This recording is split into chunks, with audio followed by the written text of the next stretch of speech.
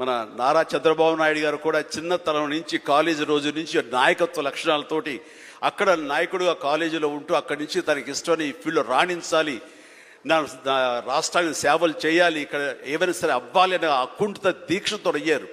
ఆ రోజున రామారావు గారు ఉంటారని ఆయన పాలిటిక్స్కి వస్తారని కాదు, ఆయనకు మీద నమ్మకం. ఆయన అట్లా ఏ మారుమూలు ఉన్నా నేను ఎట్లయితే యాక్టింగ్ మీద నా నమ్మకంతో నేను ఎలా ఉన్నానో అలాగే నాయకత్వ లక్షణాలతో పాలిటిక్స్లో రావాలి, రాణించాలి, ఇతోధికంగా ఎంతో సేవలు చేయాలని అనుకున్నారు. కాబట్టి నాయకుడిగా, స్టూడెంట్ నాయకుడిగా, విద్యార్థి నాయకుడిగా ఉన్న ఆయన పాలిటిక్స్లో రావడం ఏంటి అనుకోని పరిస్థితుల్లో అవకాశాలు వస్తే వాటిని చేజిక్కించుకుని వాటిని ఆసరాగా తీసుకుంటూ అంచెలంచెలుగా ఎదుగుతూ ఈ రోజున మనం చూసేటువంటి అద్భుతమైనటువంటి ఒక మహానాయకుడిగా ఎదిగారు.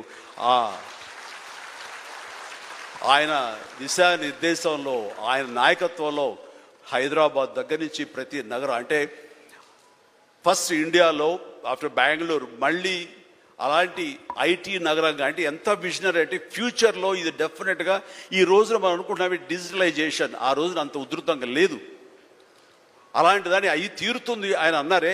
ఆయన మైండ్ సెట్ ఆ రోజు అలా షిఫ్ట్ చేసుకుని దానికి కట్టుబడి ఉన్నారు. కాబట్టి ఈ రోజున ఐటీలో కానివ్వండి, అతను డిజిటలైజేషన్లో కానివ్వండి, ఇదిగో ఈ రోజున ఏఐలో కానివ్వండి, ఆ స్థాయికి వెళ్ళటానికి నాంది పలికినటువంటి పాయనీర్ మన చంద్రబాబు నాయుడు గారు. సో ఇలాంటి నాయకుల మైండ్ సెట్ షిఫ్ట్ అవ్వడం అన్నది ఎంతగా అభివృద్ధిలోకి ఎంత ఇదిగా ఉందో మనం తేటతెల్లంగా చూస్తున్నాం. కాబట్టి it's a wonderful subject, Sharini. I do appreciate. All the very best. Thank you so much.